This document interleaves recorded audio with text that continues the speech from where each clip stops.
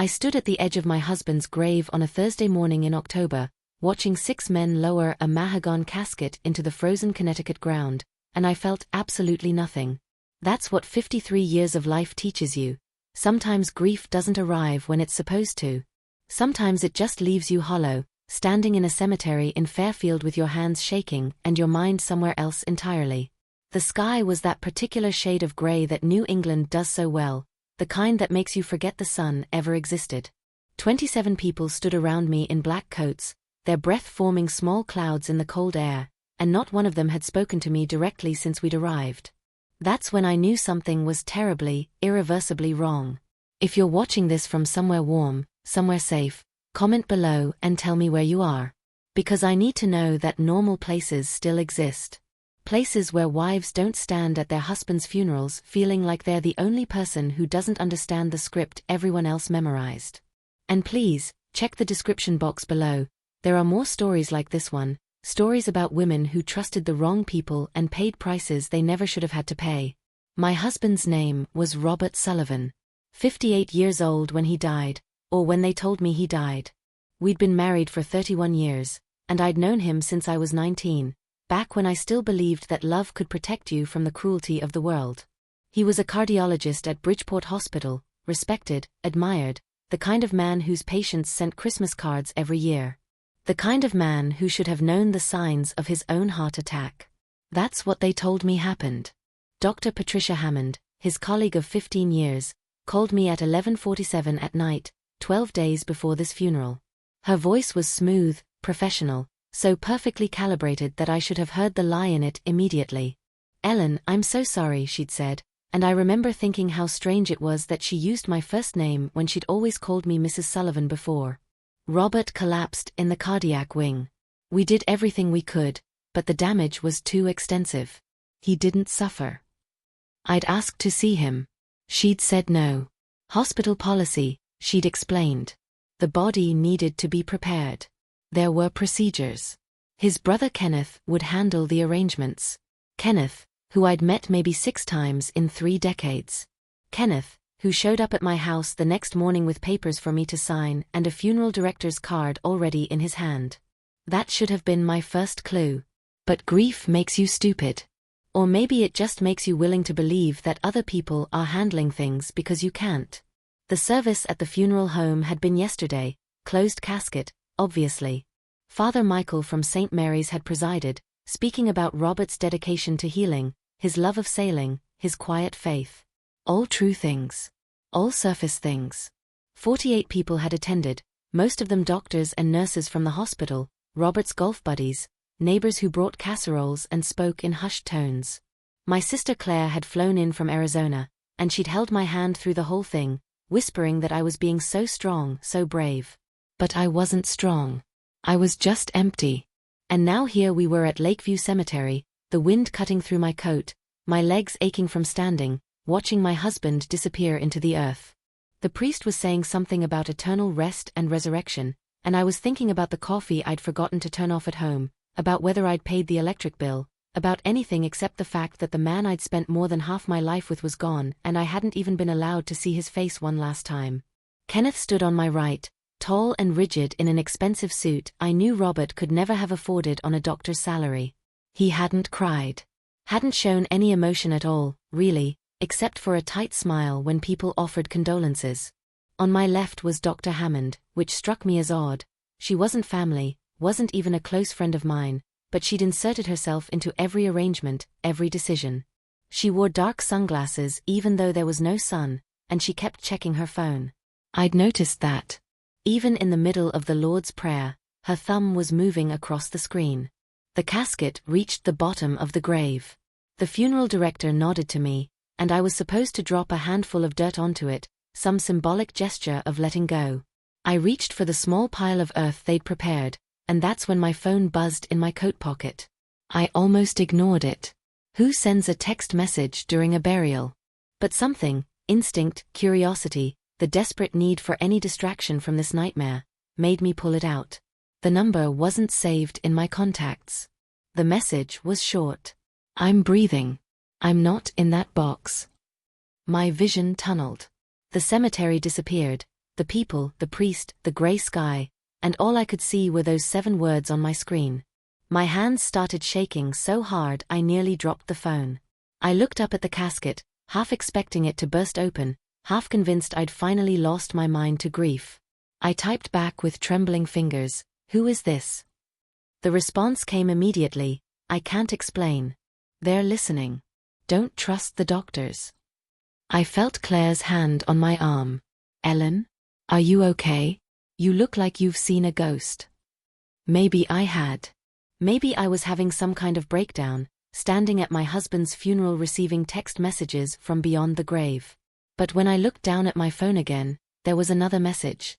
"The phone in your pocket. Check it." I reached into my left coat pocket, the same pocket I'd been keeping tissues in, and my fingers brushed against something hard and rectangular. I pulled it out, and my stomach dropped. It was Robert's phone. The black case with the small scratch on the bottom left corner where he'd dropped it in the driveway last summer. His phone, which should have been with his personal effects, which Kenneth said had been destroyed in the fall when Robert collapsed. His phone, somehow, impossibly, in my coat pocket. I looked up at Kenneth. He was staring at me, and for just a moment, I saw something flicker across his face. Not grief. Not sympathy. Fear. That's when I knew my husband hadn't died of a heart attack.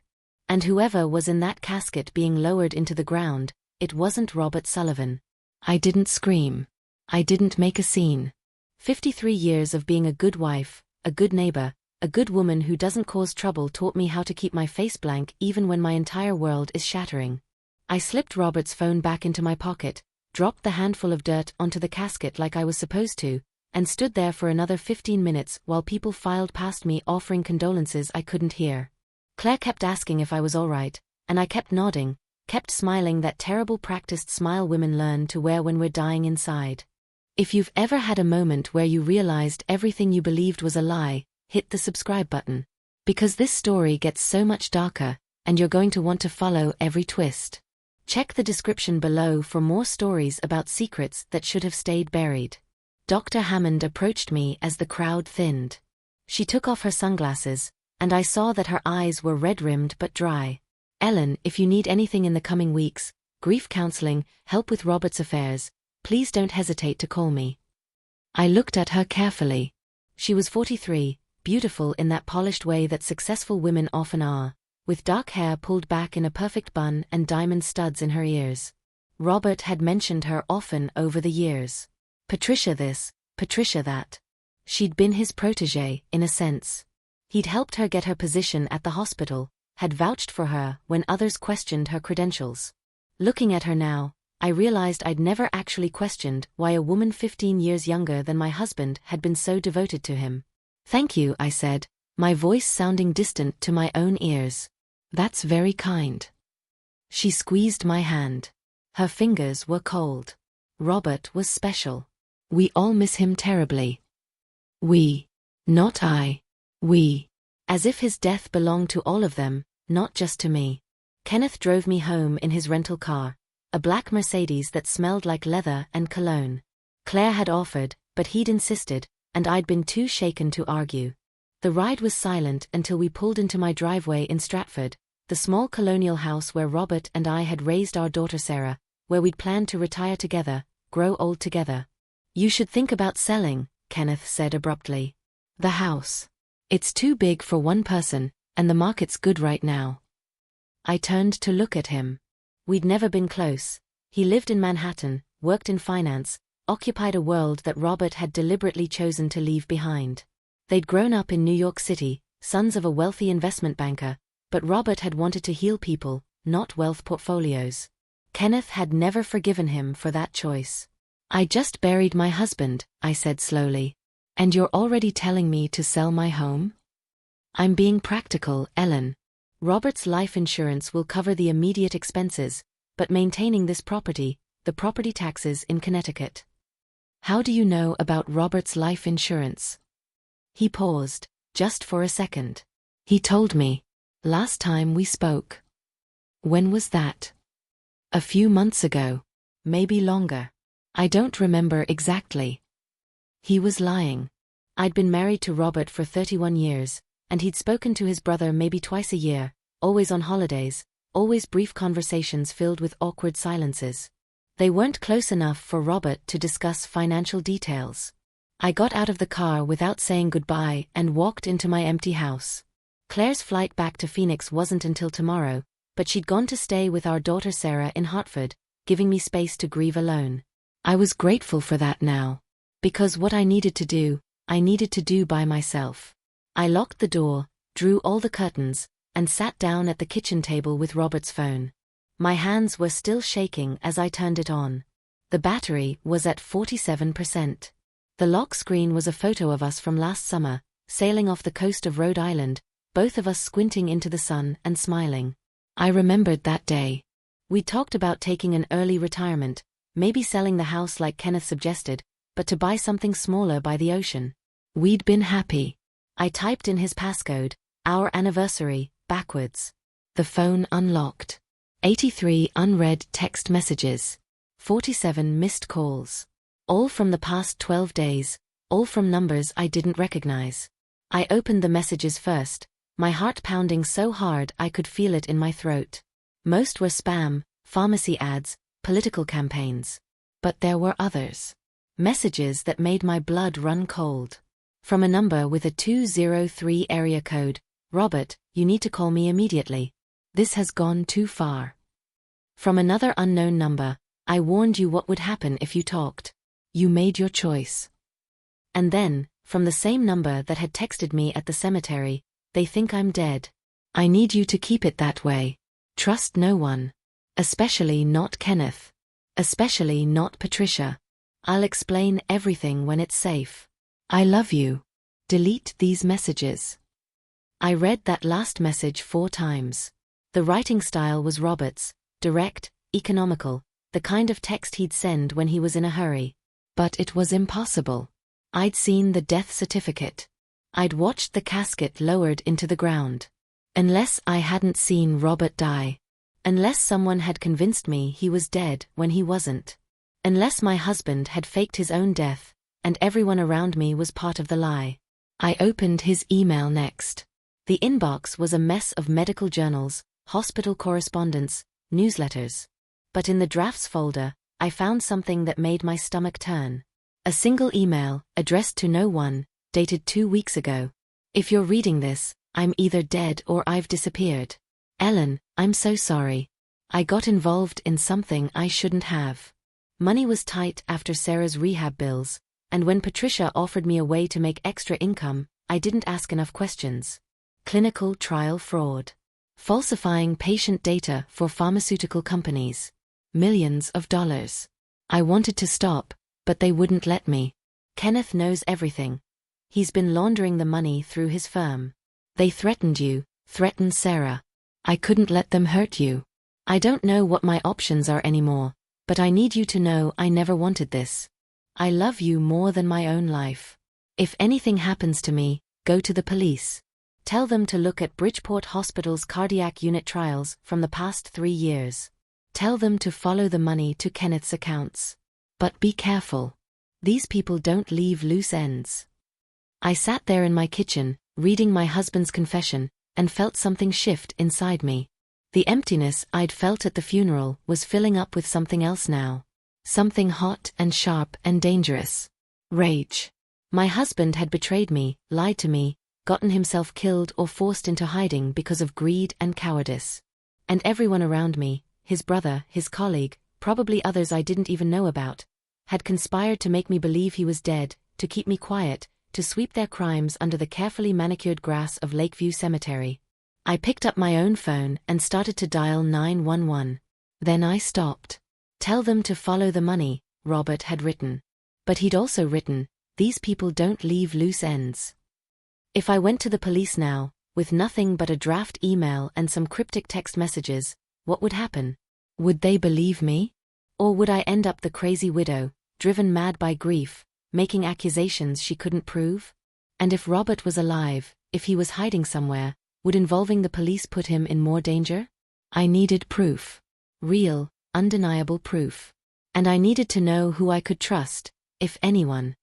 I spent the rest of that afternoon going through Robert's phone with methodical precision. I found financial records he'd hidden in a password-protected app, payments from something called Meridian Research Solutions, deposits into an account I'd never heard of, transfers to Kenneth's business.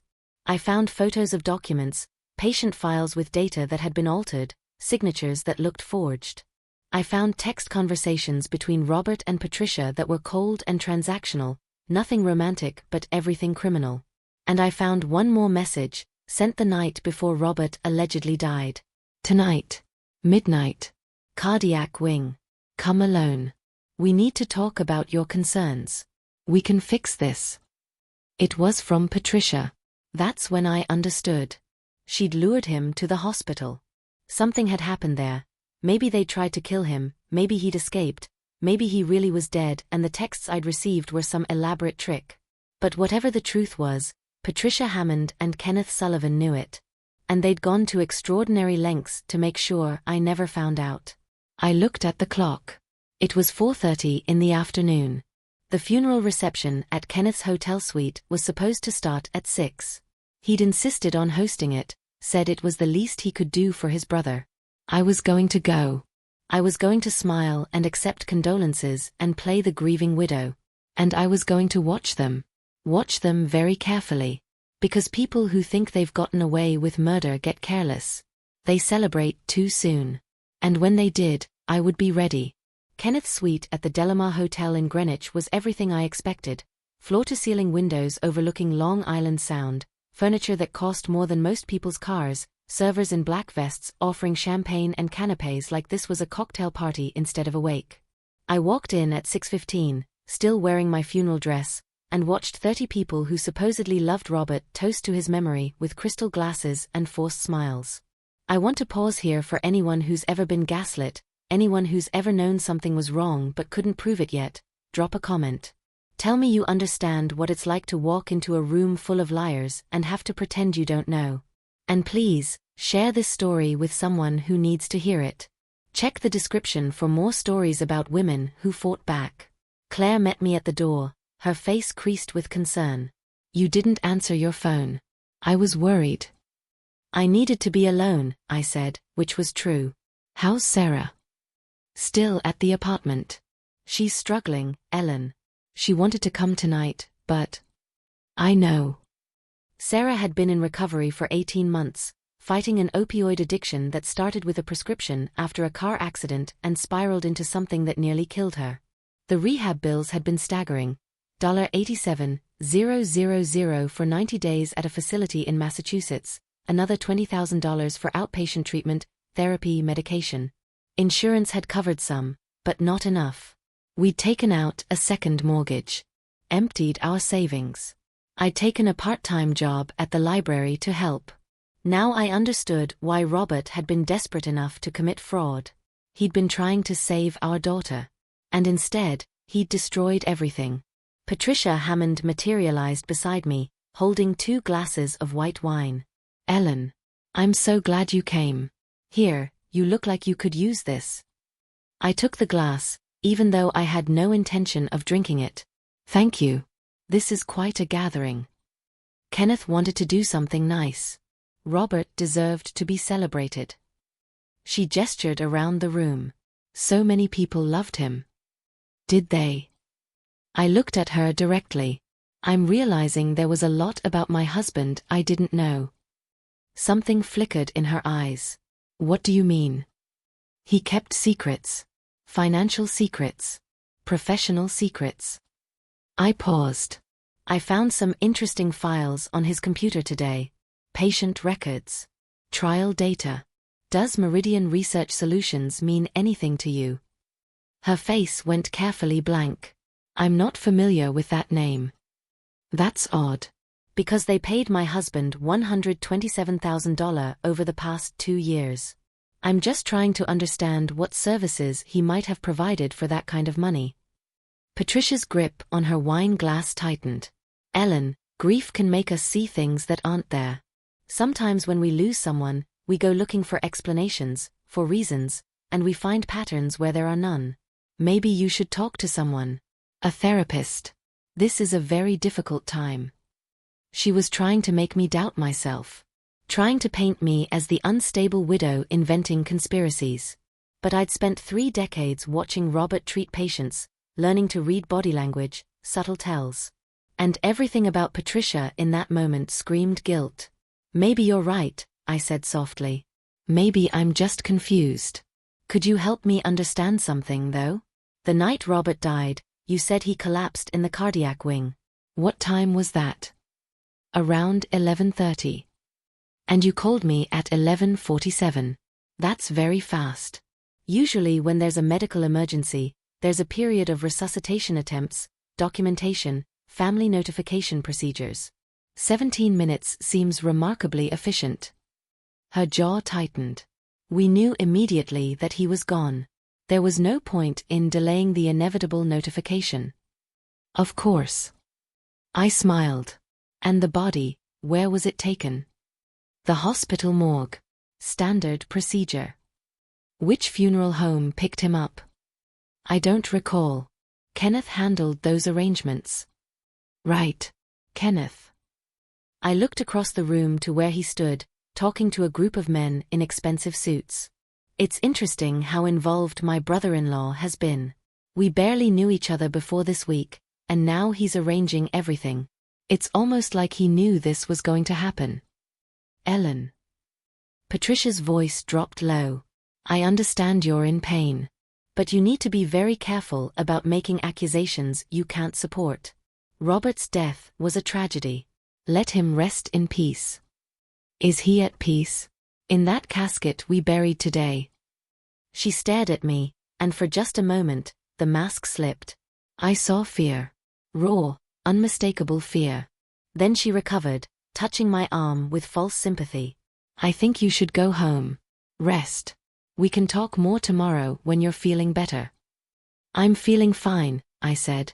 Better than I have in days, actually.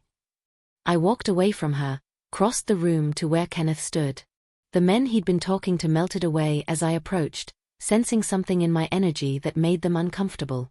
Ellen, Kenneth said, his voice overly warm. I'm so glad you made it. Can I get you anything? Just answers. Who's in the casket, Kenneth? His expression didn't change, but I saw his pupils dilate. I don't understand the question. The casket we buried today at Lakeview Cemetery. Who's inside it? Robert. Your husband. My brother. Ellen, are you feeling all right? I found his phone. Now the mask cracked. Just for a second, but it was enough. Where? In my pocket. At the funeral. Which is strange, because you told me his personal effects were destroyed. You said his phone had been broken in the fall. So either you lied to me, or someone planted his phone on me. Which is it? Kenneth took my elbow, his fingers digging in hard enough to hurt, and steered me toward a corner of the suite, away from the other guests. Lower your voice. You're making a scene. Am I? Good. Because I'm done being quiet. I'm done playing the compliant widow while everyone around me lies to my face. You don't know what you're talking about. Then explain it to me. Explain Meridian Research Solutions. Explain the $127,000. Explain the draft email where Robert confessed to clinical trial fraud and said you were laundering money. Explain the text messages I received today from someone claiming to be my husband, telling me not to trust you or Patricia. His face had gone pale. Ellen, listen to me very carefully. You need to stop digging. For your own safety. For Sarah's safety. Are you threatening me? I'm trying to protect you. You don't understand what's at stake here. Then tell me. Make me understand. He looked around the room, checking to see who might be listening. Then he leaned close, his voice barely above a whisper. Robert fucked up. He got greedy, and then he got scared. He was going to talk to federal investigators. He was going to destroy everything. The trials, the hospital, Patricia's career, my business. He would have sent all of us to prison, and for what? A sudden attack of conscience. So you killed him. We didn't kill him. Kenneth's eyes were hard. We made him disappear. There's a difference. My heart stopped. He's alive. I didn't say that. But you didn't say he was dead either. Kenneth stepped back, his face closing off again. Robert died of a heart attack on October 15th at Bridgeport Hospital. That's what the death certificate says. That's what the medical examiner confirmed. That's what everyone in this room believes. And that's what you're going to believe too, unless you want to join him. He walked away, leaving me standing alone in the corner, my mind racing. Robert was alive. Or he had been alive, at some point after the alleged heart attack. They'd made him disappear, hidden him, staged his death, put someone else in that casket. But why? Why not just kill him if he was threatening to talk? Unless killing a prominent doctor at his own hospital would raise too many questions. Unless making it look like natural causes, having his colleague pronounce him dead, having his brother handle the arrangements, unless that was cleaner, simpler, less likely to trigger an investigation. But if Robert had escaped, if he was hiding, sending me messages, then who was in the grave? I pulled out my phone, pretending to check messages while I actually opened the text thread from the unknown number. There had been nothing new since the cemetery. I typed, "I talked to Kenneth. I know you're alive. Please tell me where you are. Let me help you." I waited. 1 minute. 2. 5. Nothing. I was about to put the phone away when it buzzed with a new message. Tomorrow. 3 a.m. The house. Come alone. Park on Meadow Street. Walk in through the back. Don't turn on lights. Don't tell anyone. If you bring police, I disappear forever. I stared at the message, my hands shaking again. This could be a trap. Kenneth and Patricia knew I suspected something. They could be luring me into an ambush, planning to make me disappear too. Or it could really be Robert, finally ready to explain everything. I had 3 hours to decide if I was brave enough, or foolish enough, to find out. I didn't sleep. How could I? I lay in bed fully clothed, watching the numbers on my alarm clock crawl toward 3 a.m., every sound in the house making me jump. The furnace clicking on. A branch scratching against the window. My own heartbeat, so loud I was certain the whole neighborhood could hear it. At 2:35, I got up. I left my phone on the nightstand. They could track those, couldn't they? But I slipped Robert's phone into my jacket pocket, along with a small canister of pepper spray I'd bought years ago after a string of burglaries in the neighborhood. Not that pepper spray would help much if this was really a trap. I drove to Meadow Street and parked under a broken streetlight, then walked the 2 blocks back to my house, staying in the shadows.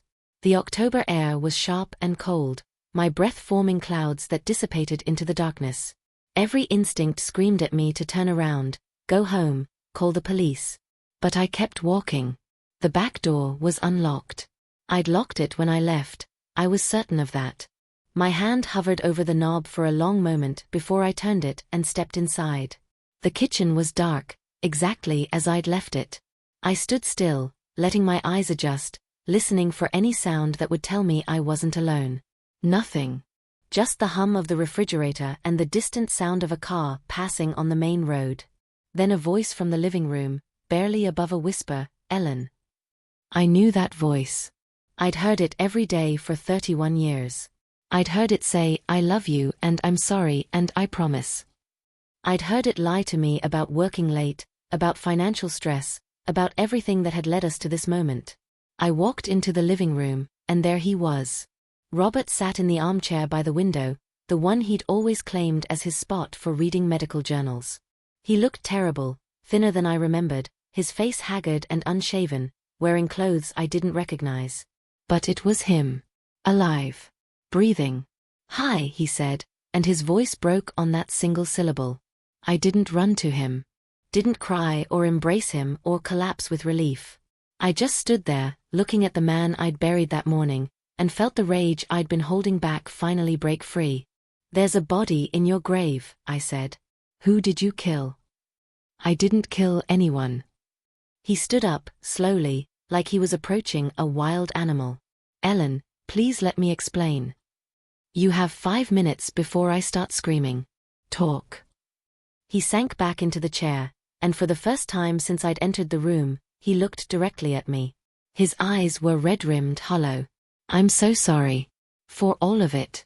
You have to believe that. I don't have to believe anything. 4 minutes. It started 3 years ago. Sarah's accident, the rehab, we were drowning financially. The second mortgage wasn't enough. I was getting collection calls, threatening letters. And then Patricia came to me with an opportunity. Meridian Research Solutions was running cardiac drug trials, needed doctors to sign off on patient data. Easy money. $5,000 per trial, and we were doing 5 or 6 trials a year. I told myself it was harmless. Just paperwork. But it wasn't harmless. The drugs weren't ready for market. The data was being falsified, efficacy rates inflated, side effects minimized. People died, Ellen. Not immediately, not obviously, but over months and years. Heart failures that shouldn't have happened. Strokes in patients who should have been protected. I signed off on studies that killed people, and I did it for money. I felt sick. Keep talking. 6 months ago, a man named Joseph Harper died. 52 years old, father of 3. He'd been part of one of our trials. His family started asking questions, hired a lawyer, requested the original data. And the data didn't match what we'd reported. I panicked. Told Patricia we needed to stop. She said it was too late, that we were all in too deep. Kenneth had been moving the money through shell companies, taking his cut. If the fraud came out, we'd all go to prison. So you decided to fake your death. I decided to go to the FBI. 2 weeks ago, I reached out to an agent named Sarah Reeves. Told her I had evidence of systematic fraud at Bridgeport Hospital. She said they'd been investigating Meridian for months, that my testimony could bring down the whole operation. We had a meeting scheduled for October 16th. But someone found out. Patricia. Or Kenneth. I don't know. The night before I was supposed to meet with the agent, Patricia called me to the hospital. Said she wanted to talk, find a solution. I was stupid enough to believe her. When I got there, Kenneth was waiting. And 3 men I'd never seen before. I found myself sitting down on the couch, my legs no longer able to support me. What happened? They gave me a choice. Disappear, or Sarah would have an accident. A relapse. An overdose. They'd make it look natural, make it look like she couldn't handle the stress of my death. They showed me photos of her apartment, her routine, the pharmacy where she picked up her prescriptions. They knew everything. So you agreed. What would you have done? His voice was anguished. They had everything planned. There was a body, a homeless man from New York, same height and build as me, dead from an actual heart attack. No family, no one who would question it. They'd already forged my medical records, created a history of cardiac issues. Patricia would pronounce him dead. Kenneth would handle the arrangements, make sure you never saw the body. Closed casket. Quick cremation after the burial, destroy the evidence. And I would disappear. Where have you been? A cabin in Vermont. Kenneth owns property up there. They kept me there until after the funeral, made sure I couldn't change my mind. But they took my phone. And when I found another one, I sent you those messages. I couldn't let you believe I was gone. I couldn't let you think I'd abandoned you. I looked at him, this man I'd loved, and felt something inside me crack. You did abandon me. The moment you took that first payment. The moment you put money over everything we'd built together. I know. And I'll spend the rest of my life trying to make it right. You can't make this right, Robert.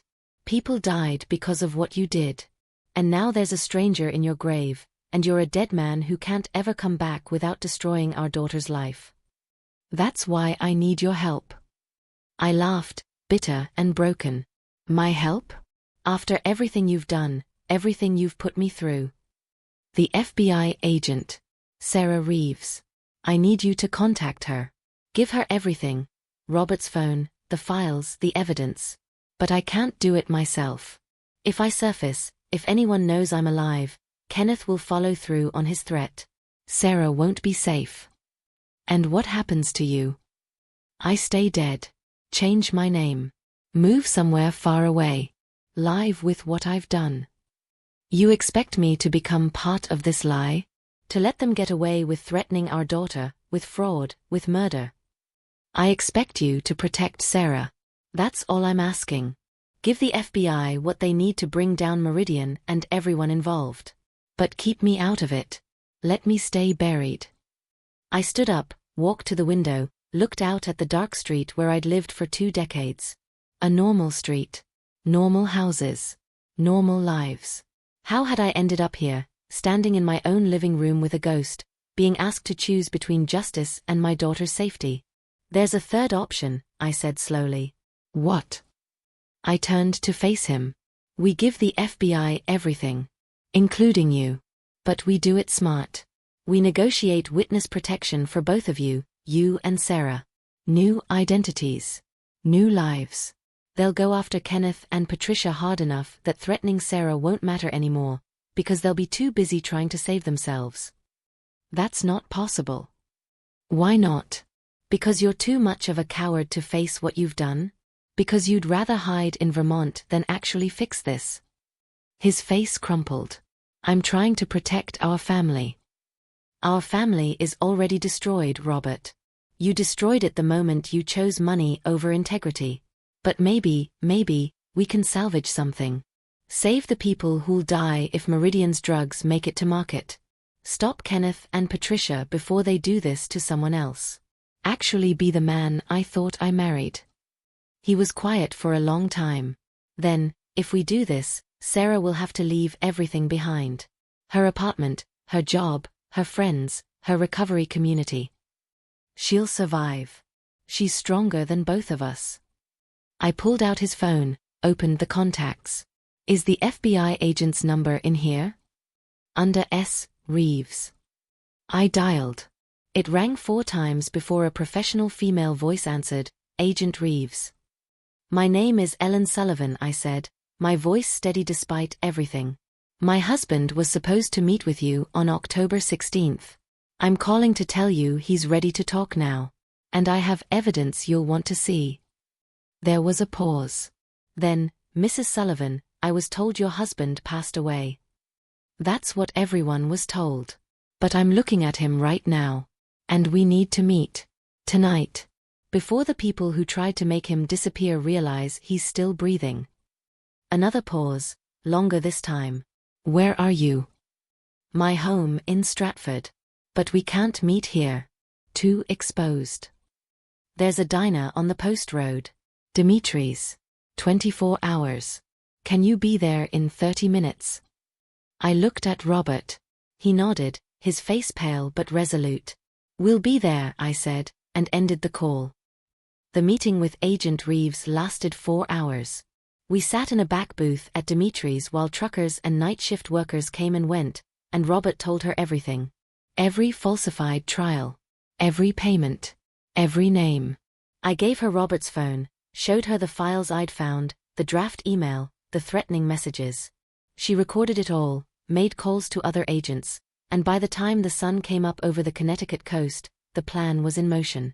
Witness protection for Robert and Sarah. New identities, new location.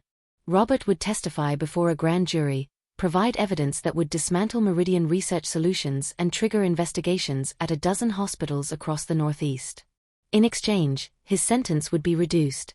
10 years instead of 25, eligibility for parole after 5. Kenneth and Patricia were arrested 3 days later. The FBI had been building a case against Meridian for 18 months, but Robert's testimony gave them everything they needed. Kenneth's financial records showed $4.3 million in laundered payments. Patricia's computer contained evidence of systematic fraud going back 5 years. 7 other doctors were implicated. 16 drug trials were invalidated.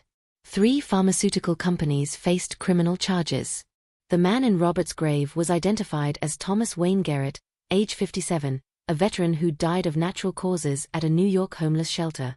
His remains were exhumed and given a proper burial. His sister, who hadn't seen him in 12 years, thanked me personally for finding him. That might have been the hardest conversation of my entire life. Sarah took the news better than I expected. Maybe because she'd already lost so much, already learned how to rebuild from nothing. We had 2 weeks together before she and Robert entered the program. 2 weeks to say everything we'd never said, to forgive what we could and accept what we couldn't. She was angry, heartbroken, terrified. But she was also ready to start over. Sometimes that's the only grace God offers us, the chance to begin again. I didn't enter witness protection. I chose to stay in the house, in the life I'd built, even though it would never be the same. People in town whispered about me. Some called me brave, some called me a fool for not knowing what my husband was doing, some just avoided me altogether. I learned to live with the whispers. Learned to live alone in a house that had been meant for two. The trial lasted 6 weeks. I sat in the courtroom every day, watching Kenneth try to maintain his composure as his life unraveled, watching Patricia cry as the judge read the verdict. Guilty on all counts. Kenneth got 18 years. Patricia got 20. The other doctors received varying sentences. The pharmaceutical executives pled out, paid massive fines, lost their companies. And Robert testified. I watched him on the stand, answering questions about every choice he'd made, every line he'd crossed. He didn't make excuses. Didn't try to minimize his guilt. He just told the truth, finally, completely. When it was over, the marshals led him away, and I didn't know when, or if, I'd see him again. That was 2 years ago. I'm 55 now. I still live in the house in Stratford. I volunteer at the hospital where Robert used to work. Different department, different wing, helping patients navigate insurance claims and financial assistance. It's my small way of making amends for the harm he caused, the lives he damaged. I get letters sometimes, forwarded through the FBI. Never a return address, but I know Robert's handwriting. He tells me about his new life in careful, vague terms. A small town somewhere in the Midwest, a job teaching biology at a community college, meetings every week to stay connected to something resembling redemption. Sarah writes too, more often. She's going back to school. She's 2 years sober. She's learning to forgive us both, slowly, one day at a time.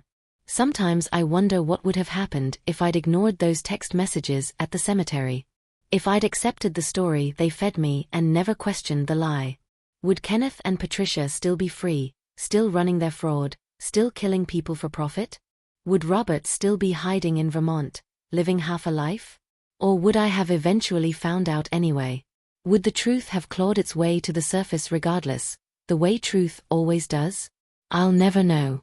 All I know is that I stood at my husband's grave and received a message from a dead man, and I had to choose between the comfort of ignorance and the agony of truth.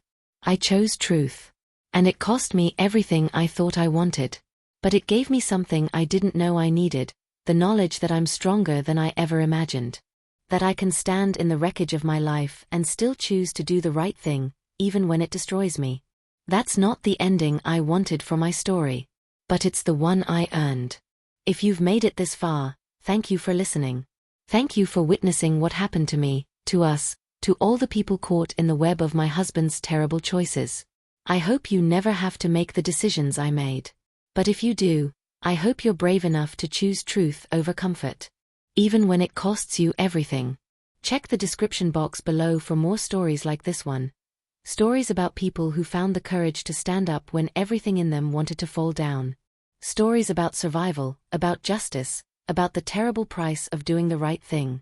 And if you're watching this from somewhere safe, somewhere normal, somewhere far away from the darkness I walk through, hold on to that. Protect it. Because you never know when a single text message might change everything.